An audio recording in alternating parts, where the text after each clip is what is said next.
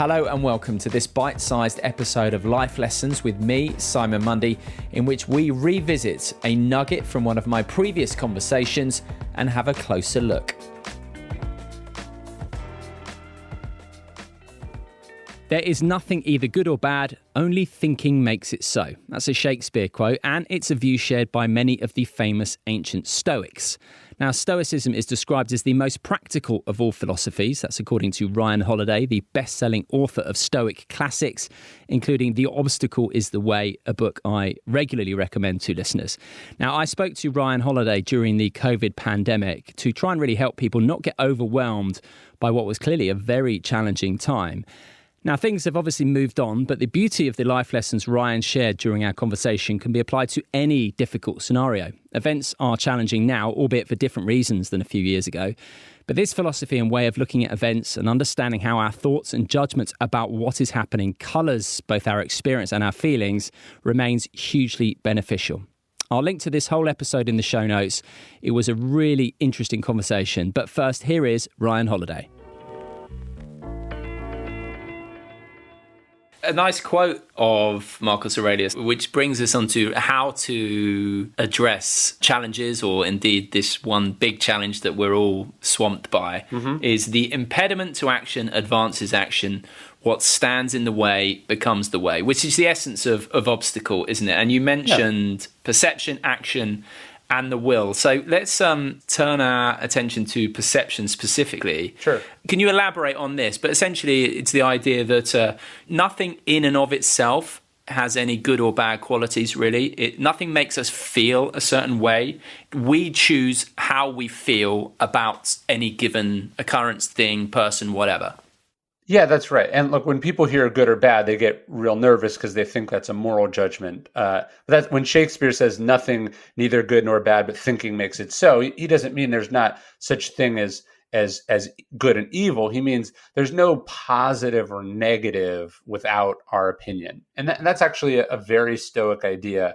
Epictetus says, it's not things that upset us, it's our judgment about things. Basically, the world is objective. We decide that it's bad, right? We decide that, this is a setback versus, a huge win. We decide that someone's comment was rude versus funny. We decide that someone, is our friend or our enemy. These are opinions, judgments we put on top of things. And so what the Stoics are really just talking about is that they go, it's really important that we have power or influence over how we look at things. So Marcus Aurelius talks about, he's like, you got to, he says your mind is dyed by your thoughts, right? Like you have to decide how you're going to look at the world. And so if you go around looking at the world as unfair or unjust or cruel or out to get you, what you're doing is really adding a bunch of personal judgments on objective events. What you should be going around is going, hey, this happened and I'm going to deal with it, as opposed to this happened and I've been harmed by it.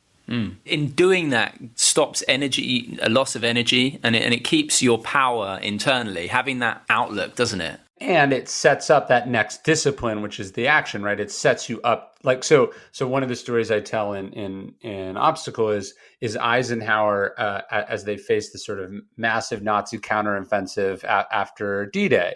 And there's this famous scene. He calls all his generals in, and so everyone's despondent. They've never faced, everything that could go wrong is going wrong. It looks like they might sort of be driven back to the sea. It's this massive, blitzkrieg.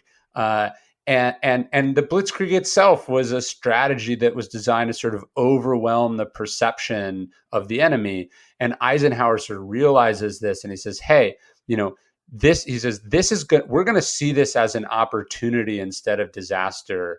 He says, I only want to see cheerful faces around this conference table. So that's like the first part. He's decided, to not be rattled by this. And then he does actively look, he realizes that, the Nazis are overreaching here. If we can absorb this blow, we can sort of encircle it. And that what what we now know as the battle of the bulge is that response, right? So it's not just about wishful thinking. You then have to take action about it, but deciding to see something as an opportunity.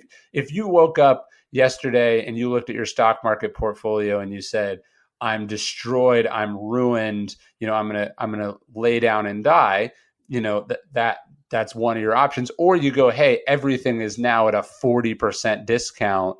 What investments can I make? What opportunities can I make?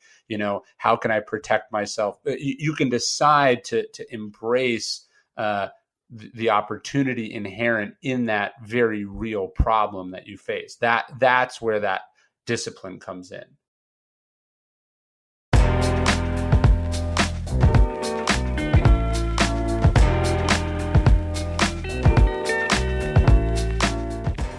Thank you for listening to this bite-sized episode of the Life Lessons podcast. Please do feel free to get in touch via my website, simonmundie.com, where you can also find the whole back catalogue of Life Lessons episodes.